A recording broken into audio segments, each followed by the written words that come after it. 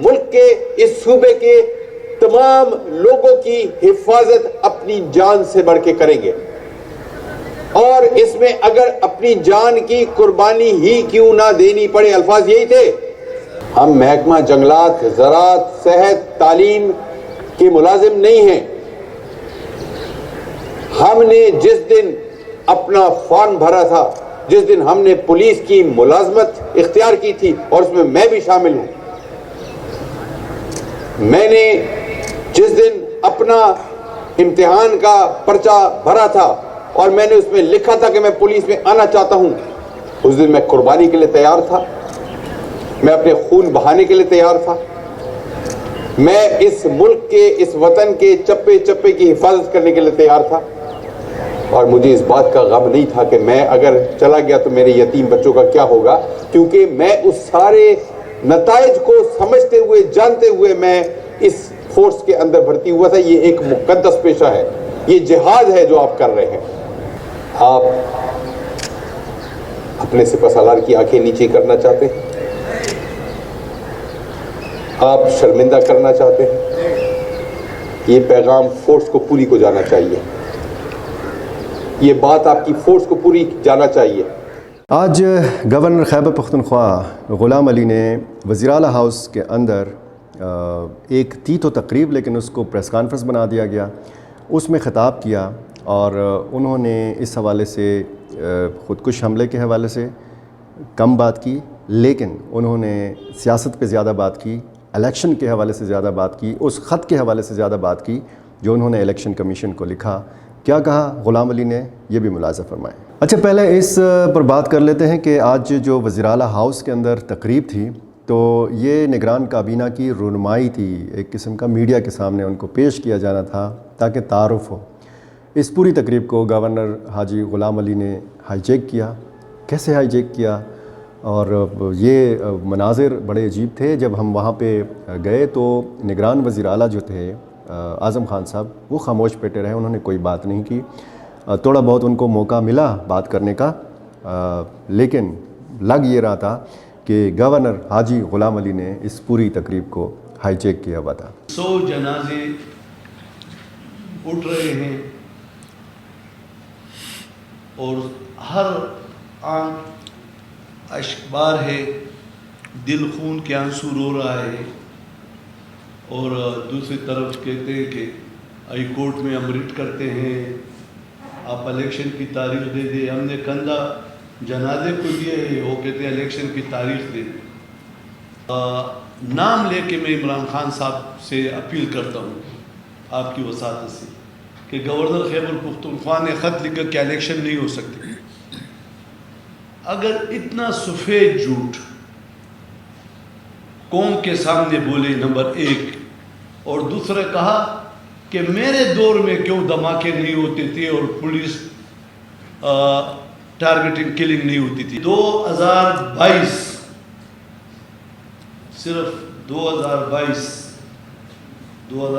سے لے کے 22 تک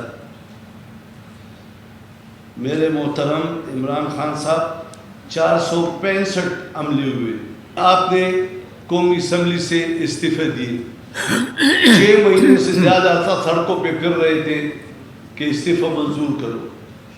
چونکہ سیزنل پالیٹیشن ہے قومی اسمبلی میں بیٹھے ہوئے، تو انہوں نے کہا یار یہ ہر وقت پھر یو ٹرن لے لیتے تو ذرا خیر ہے، آؤ جی آؤ جی آؤ جی، واپس آؤ واپس آؤ۔ نہیں جی، وہ آپ استعفیٰ منظور کرنے سے 4 دن پہلے دیکھے، کہتے ہم سپریم کورٹ جاتے ہیں کہ کیوں استعفیٰ منظور نہیں کرتے۔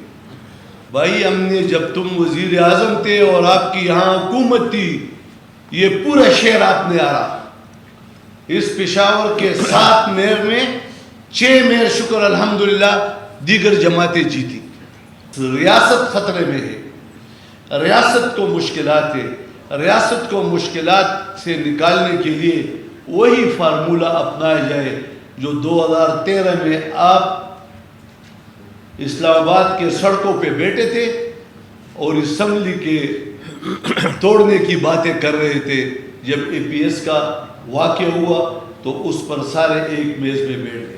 آپ الیکشن کرتے ہو تو آپ اسٹیک ہولڈر کو اعتماد میں لو، کیونکہ پنجاب میں 10 میں جو الیکشن تھا اس کے پریزیڈنگ آفیسر 3 دن بعد بازیاب ہوئے. اس وقت وزیر اعظم عمران خان تھے اور پنجاب کی حکومت بھی ان کی تھی. اور میں تمام قبائلی علاقے کے لوگوں سے ملوں اور آپ کے سامنے ہزاروں لوگوں سے ملوں. مجھے یہ بتایا جائے کہ ایک ڈپارٹمنٹ کی آپ ڈپٹی لگاتے ہیں اساتذہ کی، پولیس کی، کہ جو وزیرستان کے الیکشن اسکول میں آپ الیکشن کرو گے، بیلٹ پیپر لے جاؤ گے. جب 10 سے بیلٹ پیپر اسلام آباد نہیں پہنچ سکتے ہیں، وزیرستان سے پشاور پہنچ جائیں گے. یہ جو الیکشن ہوئی اور آپ نے اسمبلیاں توڑی، جب اتنی جلدی کر رہے تھے، اب ذرا صبر کرو، اس جنازوں کو کندھے دے دو، جا کے ان کی تعزیت کر لو، یہ ماحول جو ہے اس کو ٹھنڈا کر لو، اور الیکشن 90 دن کے بجائے 70 دن میں کرو. ہمیں کوئی اعتراض نہیں. اور یہ ایسے کرو جو آپ نے ٹائیگر فورس بنائی ہے اس کو بھیج دو وزیرستان، وانا، کورم ایجنسی، باجوڑ، مومن ایجنسی، وہ اسکول اس کے حوالے کرو کہ یہ ٹائیگر فورس جو ہے یہ سنبھالیں گے. گورنر حاجی غلام علی نے اپنی اس تقریر میں سیاسی لیڈرز کو یاد دلایا کہ پشاور میں خودکش حملہ ہوا ہے، اور انہوں نے تحریک انصاف پر خوب تنقید بھی کی اور کہا کہ کوئی بڑا سیاسی جو لیڈر ہے، خصوصاً تحریک انصاف کے جو لوگ ہیں، جو ذمہ دار ہیں، انہوں نے یہاں پر آ کر تعزیت نہیں کی، جنازوں میں شرکت نہیں کی. لیکن جب میں نے ان سے پوچھا کہ کیا جو سیاسی لیڈرز ہیں ان کو پشاور آنا چاہیے، اور چونکہ تمام سیاسی لیڈرز کی ٹانگ پہ تو پٹی نہیں بندھی ہوئی، بشمول مولانا فضل الرحمان صاحب کے، تو انہوں نے اس حوالے سے کیا کہا یہ بھی ملاحظہ فرمائیں. مولانا صاحب اس وقت 2-3 دن سے لاہور کے ہاسپٹل میں ہے اور اس کے کمر میں تکلیف ہے. شاید کہ آپ کو علم ہو اور باقی لوگوں بھی.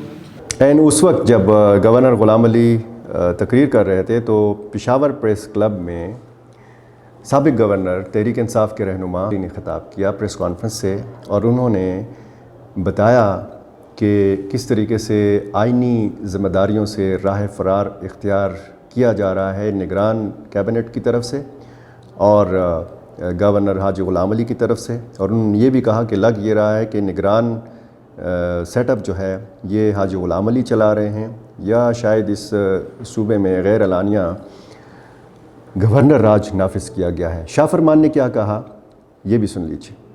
گورنر کا خط لکھنے کا جو اختیار ہے آئینی، جو آئینی اختیار ہے، اس میں اس بات کی گنجائش نہیں ہے. ایز اے گورنر آئین کیا آپ کو اس بات کی اجازت دیتا ہے؟ کیا آئین کے اندر یہ گنجائش ہے کہ آپ اس قسم کی بات کریں؟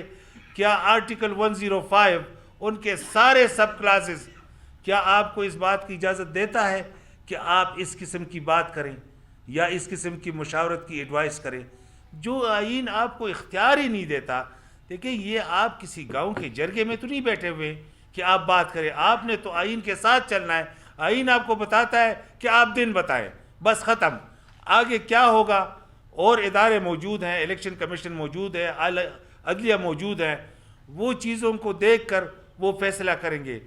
نگران کابینہ کی تشکیل سے لے کر اب تک جتنی تنقید ہوئی ہے اس نگران سیٹ اپ کے اوپر، اب ضرورت اس بات کی ہے کہ اس تاثر کو ختم کیا جائے کہ یہ کوئی سیاسی نگران کیبنٹ ہے، کسی کی رشتہ داریاں ہیں، یا کس بنیاد پر کس وجہ سے ان وزراء کو چنا گیا ہے.